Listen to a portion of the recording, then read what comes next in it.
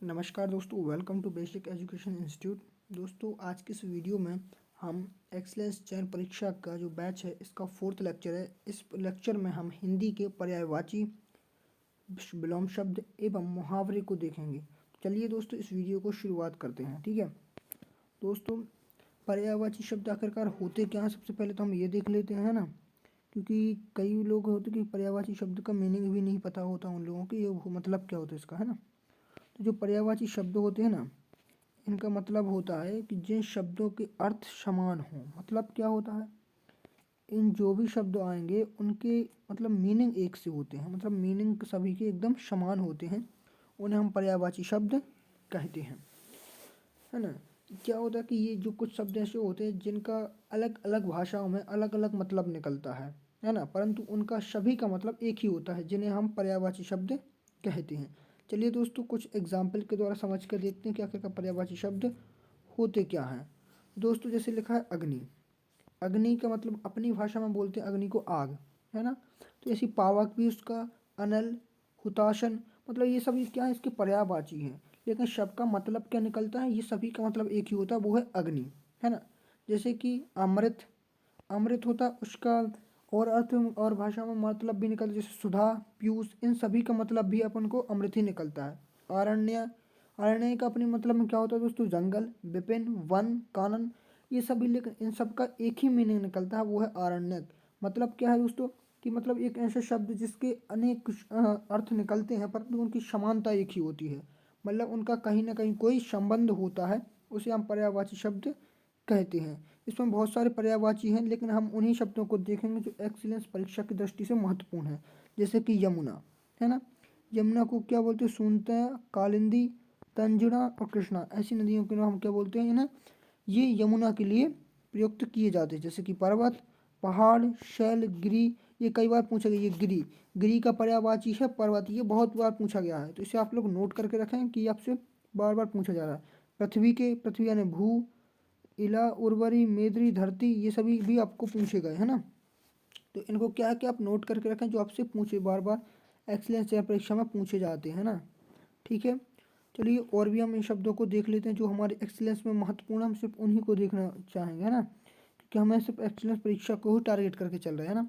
जैसे कि आकाश, आकाश का भी कई बार पूछा गया, तो आकाश के क्या होते हैं पर्यायवाची, गगन, व्योम, शून्य, ये सभी क्या है, आकाश के ही पर्यायवाची हैं। ठीक है, इसके बाद सबसे ज़्यादा इंद्र, इंद्र के बहुत पर्यायवाची कई बार आ चुके हैं। इंद्र के पर्यायवाची क्या होते हैं, सुरपति, मधवा, पुरंदर, परिस्थिति, यानी ये सभी जो ये इंद्र के होते हैं ना, जो देवराज इंद्र थे इन्हीं की ये सभी बताए गए हैं, है ना।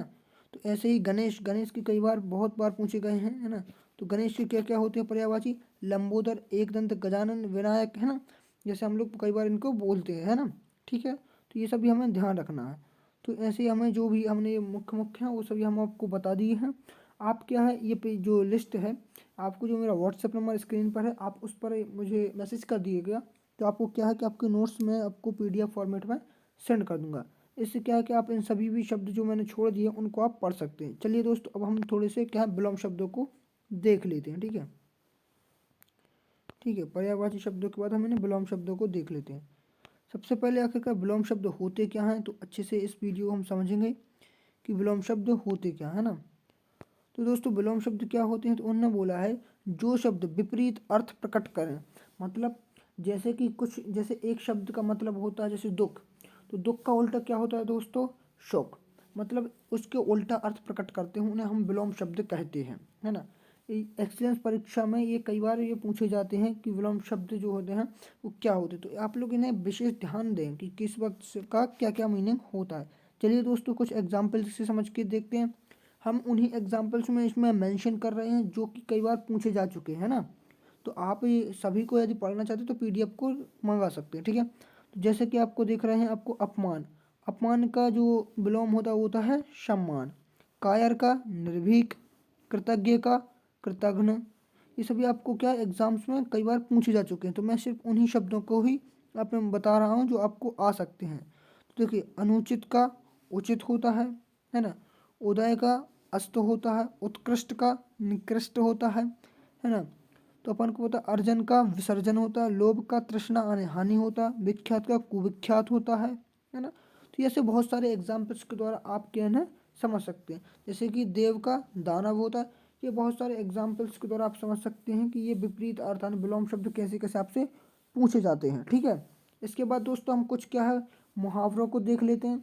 अब देखिए दोस्तों, ये बहुत सारे आपके पास पर्यायवाची हैं, इन्हें क्या कीजिए आप एक एक करके समझ लीजिए, कम से कम इन्हें एक बार रफली देख लीजिए, ताकि आपको क्या है जैसे भी एग्जाम में आए तो आपको उस समय याद आ सके। ठीक है, और इन सब की आपको मैं क्या है कि PDF आप मेरे व्हाट्सएप पे नंबर से ले सकते हैं। ठीक है, चलिए दोस्तों हम कुछ और चीज़ों को भी देख लेते हैं। इसके बाद जो हमारे मुहावरे हैं उनको भी हम समझ लेते हैं। आखिरकार मुहावरे होते क्या हैं, सबसे पहले तो ये समझना ज़रूरी है कि मुहावरों का मतलब क्या होता है। तो ये बोलते हैं ये कुछ वाक्यांश होते हैं जिनका अर्थ न बना करके विशिष्ट अर्थ बोध कराते हैं। मतलब क्या, ये ऐसे बोले जाते हैं, ऐसा लगता है कि जैसे ये हमारे सम्मान में बोले जा रहे हैं, परंतु इनका मतलब कुछ अलग ही निकलता है। जैसे कि अंधे की लाठी होना, अंधे की लाठी होना, तो भाई जो अंधा है वो लाठी क्यों लेता है, क्योंकि उसे सहारा चाहिए। तो मतलब अंधे की लाठी क्या होता है, उसका एकमात्र सहारा होता है। तो ये क्या है, उसने बोला ये उस किसी की क्या बोला कि कोई पुत्र अपने दादाजी के अंधे की लाठी, मतलब ये उसके लिए क्या है एकमात्र उनके लिए एक सहारा है। ये मुहावरों का अर्थ निकलता है। मतलब अर्थात जो वाक्यांश दिया जाता है मुहावरे का, उसका सीधा अर्थ नहीं निकलता है। कई बार एग्जामिनर सीधा अर्थ दे देता है तो अपन को लगता है कि वही है, नहीं, मुहावरों का सीधा अर्थ नहीं निकलता, उनका कोई विशिष्ट अर्थ निकलता है। इसीलिए आपको एग्जाम में ये बहुत ध्यान से पढ़ना है। चलिए कुछ एग्जाम्पल्स और देख लेते हैं। जैसे अकल का दुश्मन होना, अकल का दुश्मन कोई लिख दे, जैसे इन्हें लिख दिया कि अकल का दुश्मन है, तो कोई बोलेगा कि मतलब उसे अकल है उसका दुश्मन है, नहीं जी, मतलब कि वो मूर्ख है, उसका मतलब क्या हो रहा कि वो मूर्ख है ना। जैसे कि अकल के घोड़े दौड़ाना, मतलब तरह तरह के मुहावरे बांधना, मतलब कुछ अलग करना। अकल चरने जाना, मतलब वे अकल हो जाते, वे अकल हो जाना है। ऐसे बहुत सारे मीनिंग। जैसे कि अंधे के हाथ बटेर लगना, लोग लगते कि इसका मतलब कुछ है कि किसी को अंधे काटो, नहीं जी, इसका मतलब होता है कि अयोग्य व्यक्ति को कोई विशेष वस्तु मिल जाती है। मतलब अयोग्य व्यक्ति अयोग्य था, परंतु उसे कोई विशेष योग्यता प्रदान कर दी जाती। जैसे कि अंधेरे का घर उजाला होना, माने एकमात्र पुत्र, अपना उल्लू सीधा करना, मतलब काम अपना काम निकालना होता है ना। तो ये सब आपको समझने होंगे। ठीक है, तो इसमें बहुत सारे एग्जाम्पल्स हैं, चलो उनको भी हम देख ही लेते हैं। तो देखिए इसमें जो आप PDF देख रहे हैं इसमें बहुत सारे एग्जाम्पल्स हैं, है ना। हमें क्या है तो दोस्तों, हमें अपने जो एक्सीलेंस परीक्षा है उसमें कौन से एग्जाम्पल्स महत्वपूर्ण हैं उन्हें ध्यान से पढ़ना है। ठीक है, जैसे कि अपने पाँव पर कुल्हाड़ी मारना, तो मतलब क्या होता है, इसका मतलब अपने हाथ से अपना ही नुकसान करना इसका मीनिंग होता है। ठीक है, तो इसे आपको ध्यान रखना है। जैसे आग बबूला होना, तो लोग कई बार इसका मीनिंग निकालते हैं कि आग बबूला होना मतलब आग बबूला होगी, नहीं जी, इसका मतलब कोई अत्यधिक क्रोध में है। अब जैसे बोलते ईंट का जवाब पत्थर से देना, मतलब करारा जवाब देना, है ना। ऐसे आपको देखना ऊँट के मुंह में जीरा, मतलब कोई किसी प्यास लगी थी परंतु आपको एक बूंद पानी दे दिया जाए, उसे बोलते हैं ऊँट के पानी में जीरा। गले का हार होना, मतलब बहुत प्रिय होना। ऐसे बहुत सारे आपको मुहावरे मिलेंगे जो आपके एक्सीलेंस परीक्षा में महत्वपूर्ण है। तो आप क्या कीजिएगा, जो मुहावरे एक्सीलेंस परीक्षा के हिसाब से आपको अलग सिलेक्टेड है उन्हें पढ़ लीजिए। लेकिन मेरी ये सलाह आपको यही रहेगी, आप एक एक करके सभी को एक एक बार अच्छे से पढ़ लीजिए। आई होप दोस्तों आपको ये वीडियो पसंद आई होगी। यदि आपको ये वीडियो पसंद है तो इस वीडियो को लाइक कीजिए और हमारे चैनल को सब्सक्राइब कीजिए। धन्यवाद दोस्तों इस वीडियो को देखने के लिए।